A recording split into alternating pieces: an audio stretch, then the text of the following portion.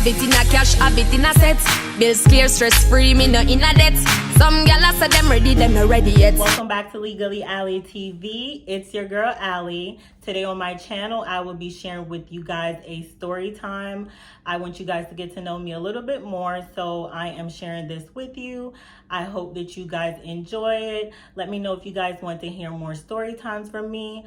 So go ahead and stay tuned for the rest of the video. Okay guys, so I'm gonna start the story off with a little bit of background information.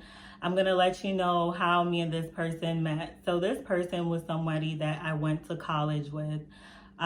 We weren't really close, but, you know, we will help each other out on assignments. Actually, I would help him out on assignments. We would see each other, you know, and say hi, or maybe he'll text me and ask me what do they have in the caf for lunch, things like that. So that's kind of a little background on how we met. We also used to go to, we had a United Caribbean Association at my school. I went to an HBCU. So we had one, and we would, you know, go to that club together, and I would see him there. So that's the background story of how we met. So we met maybe sophomore or freshman year, and I graduated in 2014. So after I graduated, he kind of reached out to me and just, you know, let me know that he wanted to link up. And, you know, he was somebody that I was familiar with. So I'm like, why not? You know, we had a associateship, friendship, I guess. So I didn't mind, you know, going out. So we went out, we had dinner, and we had pretty decent conversations. So I was like, you know, whatever, it's a friend. But, you know, he kind of would flirt with me a little bit, but, you know, guys always flirt with me. So that's not something that's, you know, really standoffish or stand out. Yeah, so he reached out to me, and around this time I had graduated, like I said, and I was moving into an apartment, actually a townhouse with my best friend, because we were going to school near Baltimore and we didn't want to have the commute. So, he kind of, you know, would come over to the apartment, to that townhouse, and I would help him on his assignments because he told me he failed English like 2 or 3 times, and I'm like, listen, it's not that serious, it's not that hard. So he would send me like his essays and I would proofread it for him. And during this time, he was pretty supportive towards me. He knew that I had a boyfriend and everything, but, you know, I thought he was just being a good friend, and, you know, just trying to, you know, do what friends do for each other. So one of the things that he used to really like to do with me was we would go to get massages together. And I remember one time he was like, he's paying, of course. He was like, we're going to get a couples massage or something like that. I'm like, we're going to have separate rooms, right? Because obviously this person is not a person that I would ever really go for. It's not like it ever was like, okay, maybe I'm gonna fall for this guy or whatever it was. It was already like, it's a friendship, he's cool.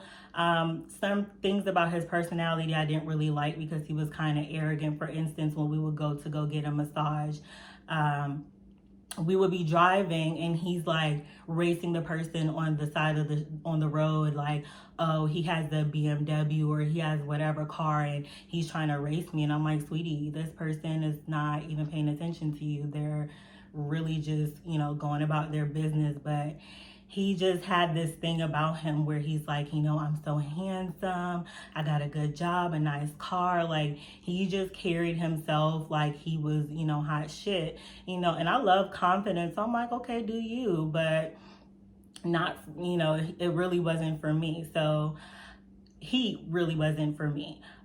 So yeah, we would go to get massages a lot, and he would romanticize a lot of the things we did. Like for the massages, he would like put it, like he'll send an invitation to my phone and say like quality time. And I'm just like, okay, I mean, we're just gonna go get a massage, but if you wanna call it quality time, whatever. One time he said he had a surprise for me, and he took me out, and where he took me was actually we went to go do salsa dancing. And I actually liked that idea, but it was just like something more, romanticized. I don't know. It just seemed like he just was trying to sweep me off of my feet, even though he knew that I had someone. So he would say little slick stuff to me, and I would just push it off. Like one time he tried to kiss me, and I looked back, I was like, oh,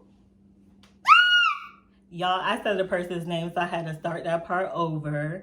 So anyways, he tried to kiss me, and I put my head back, and I'm like, boy, what is you doing? No, that's not happening ever. Like, mm-mm.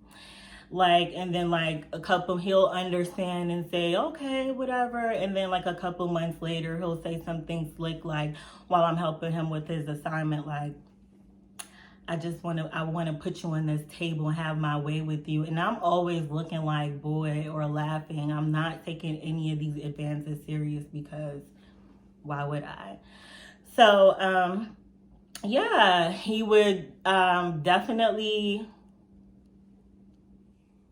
So as you guys know, I was in a long distance relationship, and he thought that was an advantage for him. So he would just say little slick stuff like, how long are you going to wait for your boyfriend to get here? Do you really think he's going to come here? And, when he comes here, like, I'm already established. I have a good job. I have this credit score of whatever. Like, he was just really trying to sell himself to me. And I'm just like, I'm not really, no. All right, so let me kind of give you a description of this person. He was my age, but he looked like he could be like a 36-year-old. He didn't really dress modern. He didn't dress hip. He had wide hips. And I'm like, I'm not the type of girl to go for a guy that has wider hips than me. It was just no. And he just felt so like, he just felt like there's nothing that he couldn't say. Like, why wouldn't you choose me? Like, I don't understand. Like, I'm the shit. So he would send me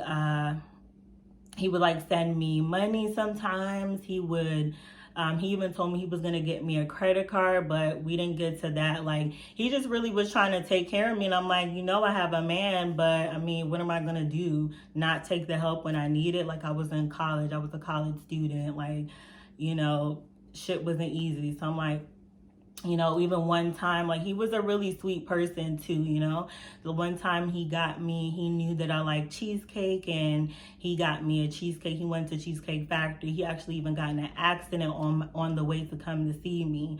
He got me a whole entire cheesecake, and I'm like, it's just me. Who gonna help me finish this? I think I even bought some to my internship for the people there. My roommate and I, my best friend and I, we had it, and I still don't even think I could finish that whole entire cheesecake. So he was a really thoughtful person, and he would like listen to the things I say, and like get me gifts or like try to help me out. He even like got me a plane ticket to go to one of my friends' graduations. So he's a nice guy, or was a nice guy. He just has obsessive tendencies that kind of was pushing the boundaries for me of what I was comfortable with. So speaking of thoughtful gifts, one of the things that he got me was a cup. It was a cup. You could put hot or cold things in it, and it keeps it hot or cold. And he got it custom made with a picture of me. I remember one time he was like, send me one of your favorite pictures or whatever, and he wouldn't tell me why. And I'm like, okay, whatever. So he sends me so I sent him the picture, and one day I'm home and I get, a package in the mail. He's tracking it, of course. Like, this is the type of person he is. Like, he wants to know when I get it, like, if whatever. So he's tracking it, and I'm like, yeah, I got a package. So I open and I see the cup, and the cup says, you're a damn good social worker. So the reason why he got me this cup was because I told him a story about one of my clients, how I was really helpful to them, and they, said that phrase to me. So he got me that cup. Okay. So during this span of period of time, it's like my whole year of getting my master's. So that's 2015. So after I finished my master's, I got a job, and it was something that I was really excited about, to get a job out of college.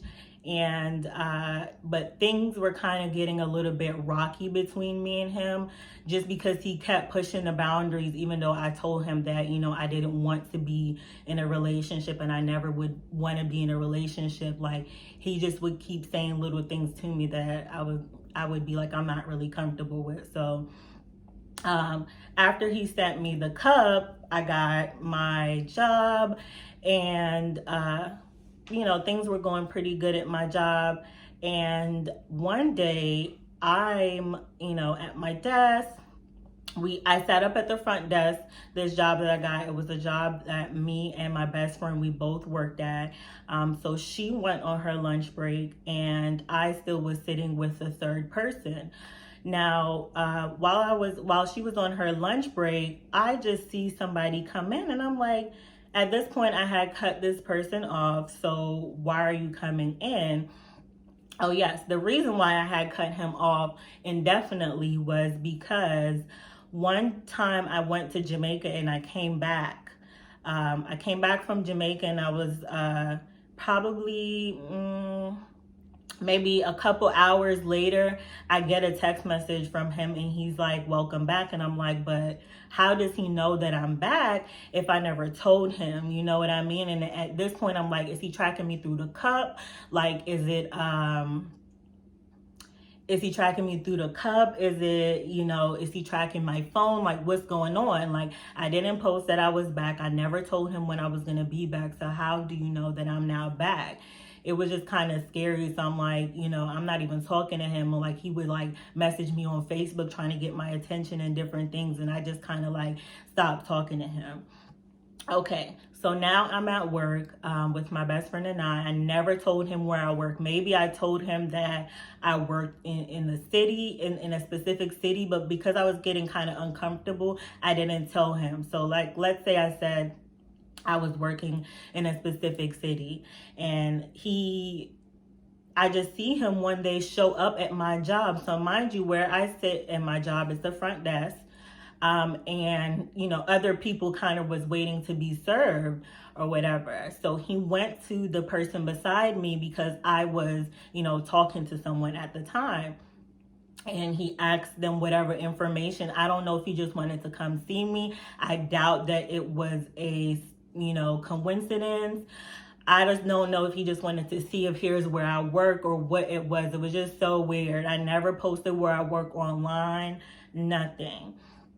So this man shows up to my job, and I'm like texting my best friend. I'm like, girl, why would you take break right now? Knowing that we both can't take break at the same time. But I'm just like, this man is really here. And I'm like, I'm not sure what he's going to do, because like, you know, I don't know if he's mad at me because I blocked him and blocked him off all social media, and I'm not talking to him. I don't know what's next.